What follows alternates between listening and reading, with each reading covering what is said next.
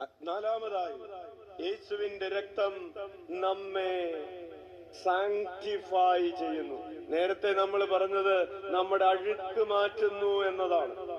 അഴുക്ക് മാറ്റുന്നു എന്നതുകൊണ്ട് നമ്മൾ വിശുദ്ധരായി എന്നർത്ഥമില്ല. അഴുക്ക് മാറ്റിയാൽ മാത്രം പോരാ, നമ്മൾ വിശുദ്ധരാവുക കൂടി ചെയ്യണം. സാങ്ക്ടിഫിക്കേഷൻ വേണം. ക്ലെൻസിങ് മാത്രം പോരാ. ഒന്ന് ക്ലെൻസിങ് ആണ്, കൈയൊക്കെ കഴുകി, ഓക്കെ ശരി, പോരാ. നമ്മൾ വിശുദ്ധരാക്കപ്പെടണം എന്ന് പറഞ്ഞാൽ നന്മകൾ കൊണ്ട് നിറയപ്പെടണം. Praise the lord. കുളിച്ചാ മാത്രം പോരാ, നല്ല ഡ്രസ് എടുക്കണം അല്ലെ, ആഭരണങ്ങളൊക്കെ ഇടണം, മേക്കപ്പ് ഒക്കെ ഇടണം, നന്മകൾ കൊണ്ട് നിറയണം. പ്രിയപ്പെട്ടവരെ, വചനഭാഗം ഹെബ്രായർക്ക് എഴുതിയ ലേഖനം 10:10. ഹെബ്രായർക്ക് എഴുതിയ ലേഖനം 10:10 ശുദ്ധീകരിക്കപ്പെട്ടിരിക്കുന്നു എന്ന് യോഹന്നാൻ 1:7 നമ്മൾ വായിച്ചു. ഇവിടെ ഹെബ്രായർ 10:10 നമ്മൾ വായിക്കുകയാണ് വിശുദ്ധീകരിക്കപ്പെട്ടിരിക്കുന്നു.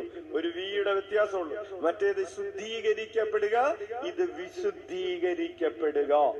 Hallelujah, hallelujah. വിശുദ്ധ അഗസ്തീനോസിന്റെ കഥ നമ്മൾ വായിച്ചിട്ടുണ്ട്. ഈ വിശുദ്ധീകരണത്തിന്റെ ഉത്തമമായ ഉദാഹരണമാണ് അഗസ്തീനോസിന്റെ കഥ.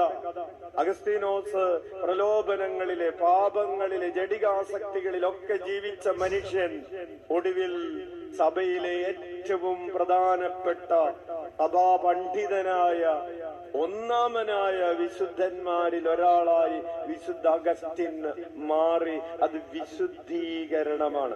നീ പാപങ്ങളിൽ നിന്ന് മോചിക്കപ്പെട്ട് ഒരു സാധാരണ മനുഷ്യനായി, നല്ലൊരു മനുഷ്യനായി ജീവിച്ചാ പോരാ, നീ വിശുദ്ധനാകണം. വിശുദ്ധനാകുന്നതിന് നമ്മെ സഹായിക്കുന്ന രക്തമാണ് ഈശോയുടെ തിരുരക്തം. കൈയടിച്ച് കർത്താവിന് നന്ദി.